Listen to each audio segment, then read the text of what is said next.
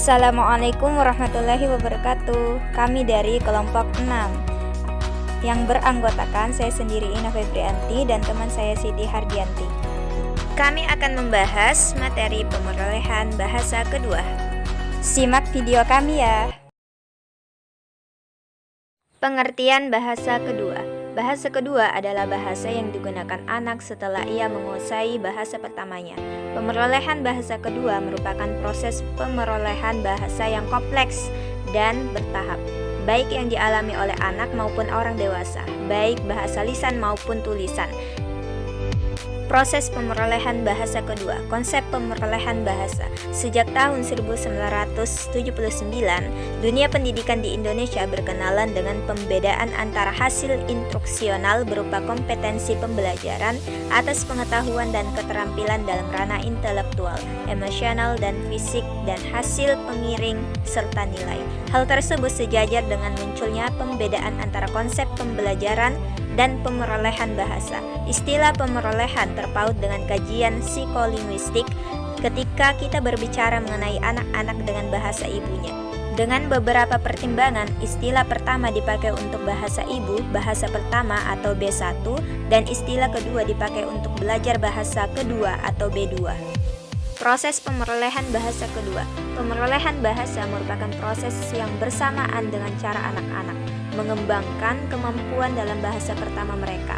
Pemerolehan bahasa merupakan proses bawah sadar atau disengaja untuk mengembangkan kompetensi dalam bahasa kedua dapat dilakukan dengan belajar bahasa. Anak-anak memeroleh bahasa sedangkan orang dewasa hanya mempelajarinya. Akan tetapi ada hipotesis pemerolehan belajar yang menuntut bahwa orang-orang dewasa juga memperoleh bahasa. Orang-orang dewasa juga dapat memanfaatkan sarana pemerolehan bahasa alamiah yang sama seperti yang dipakai anak-anak. Jadi pemerolehan merupakan suatu proses yang amat kuat pada orang dewasa. Strategi kemampuan bahasa kedua. Pengertian strategi. Istilah strategi diambil dari bahasa Inggris yaitu strategy. Kemudian dalam bidang non-militer, konsep strategi digunakan untuk hal-hal yang bebas dari makna permusuhan. Kata ini mengandung makna rencana, tahapan, atau kesadaran untuk bertindak sesuai dengan tujuan yang telah ditetapkan. Kemudian, dalam bidang pendidikan, strategi diberi makna baru dan ditransformasikan ke dalam strategi belajar. Dalam hal ini, strategi belajar didefinisikan sebagai langkah-langkah yang dilakukan oleh pembelajar untuk menambah kemampuan, penyimpanan, produksi kembali, dan penggunaan informasi.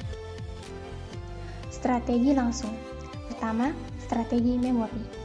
Strategi memori ini dapat dimanfaatkan oleh siswa untuk mengingat informasi yang potensial untuk diproduksi. Lalu, kedua, strategi kognitif. Strategi ini memiliki banyak variasi dalam aplikasinya, seperti mengulang materi, menganalisis ungkapan, dan meringkas.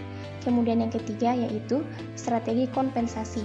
Strategi ini dimaksudkan untuk mengatasi kekurangan atau ketidakmampuan pembelajar dalam struktur B2 atau bahasa kedua atau khususnya dalam kosakata. Strategi tidak langsung. Pertama, strategi metakognitif, yakni strategi untuk mengkoordinasi proses belajar. Dan yang kedua, strategi afektif, yakni strategi untuk mengatur aspek emosi. Dan yang ketiga, yaitu strategi sosial atau strategi untuk belajar dengan orang lain. Terima kasih telah menonton video kami. Jangan lupa like dan komen video kami.